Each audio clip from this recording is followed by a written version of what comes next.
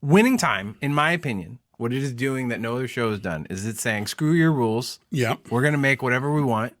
It's going to be entertaining, and we're going to fill it with A-listers from the top to bottom. So not only that is, I think there's this and I've seen some headlines against like Disney right now. There's at least half the population is tired of the wokeness. And I think Winning Time, because it's a period piece, and we're not talking about something from the 1800s. It's already a diverse cast. It's already a diverse, and they're real people. So it's not like you're gonna You're not inventing drama. You're just telling a story. You're telling a story, but you're not replacing like the owner with a female or Magic Johnson with like a white person or a white person with a black.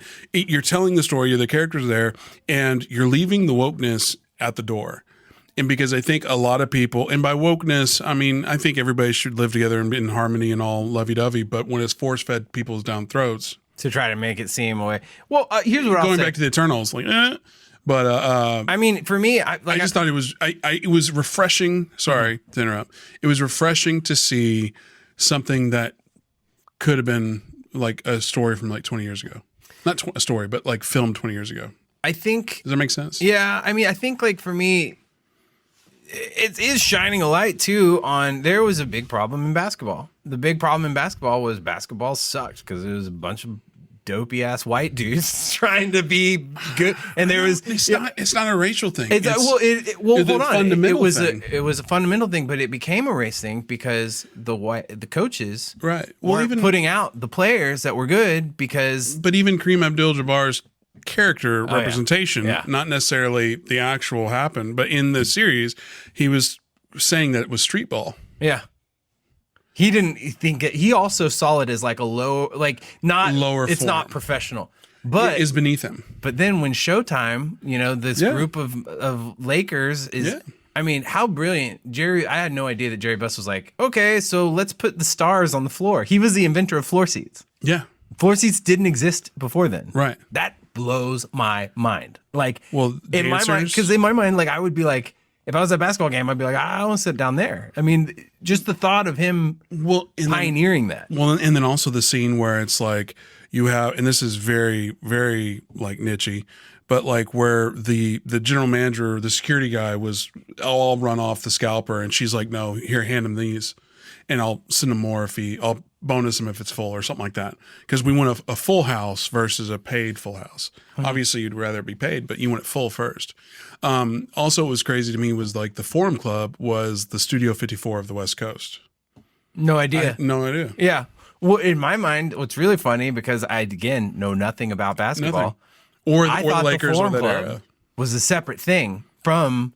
It's in a stadium? Yeah, I had no idea that it was in the Forum. Like you go to like American Airlines Center or any of these stadiums that have restaurants and have like bars in them. You're like, oh, that's a really good idea.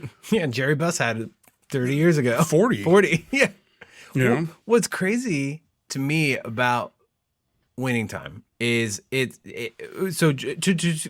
does shed some light on the fact that basketball was just not cool until the Lakers made it cool.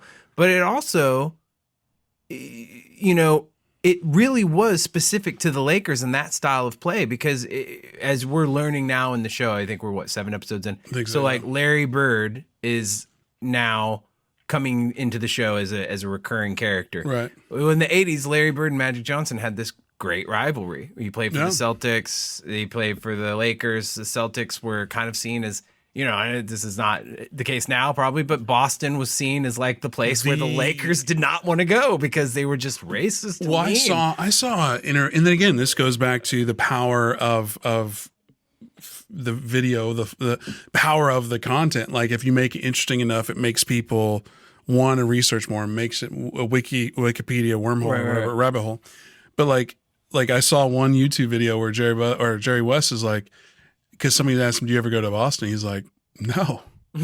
I hate that place. No, and this is like from like 2 or 3 years ago. He's like, "No, I don't go to Boston," because if he goes there, he might get beat up. He might get killed. The rivalry is yeah. And this thing is, I think in this era of the after the 2000s, rivalries don't really. It's not really a big a deal. But like for those people, It's a big deal. You know, like the Boston Celtics, like, again, I didn't know. I knew they were good back in the day.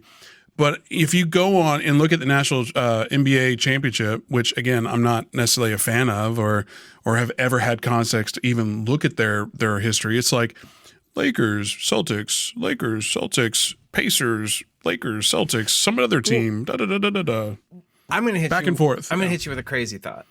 Okay? This is real nuts. But let me just drop this on you. Freeze-dried mac and cheese. You didn't know about Magic Johnson, right? Well, I knew him. I just didn't, I wasn't. But you weren't thinking in the context of Tom in Brady. your mind, Michael Jordan, Magic Johnson, right?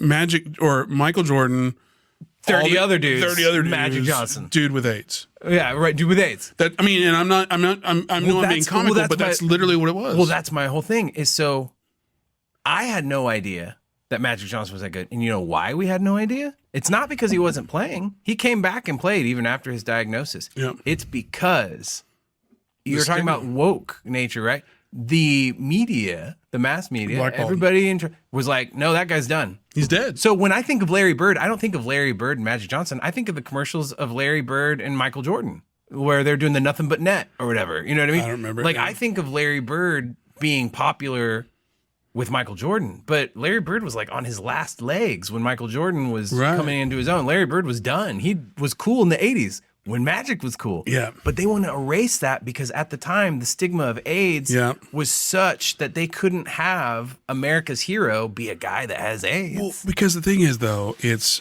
before Magic Johnson, before Eazy-E, AIDS was a gay thing.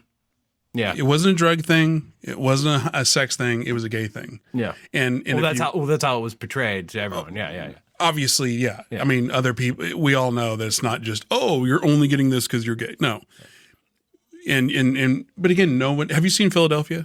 Oh yeah, it breaks my heart. It's an amazing film, and it's so like the scene where Tom Hanks first meets Denzel Washington, where it's like he shakes hand and he's like, oh, I have AIDS. And he's like, and brilliant acting by Denzel Washington, where he, like, the whole scene, he's just looking for, how do I wash my hand?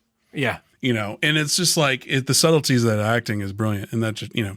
What's weird, as a child, I remember watching the press conference of Magic.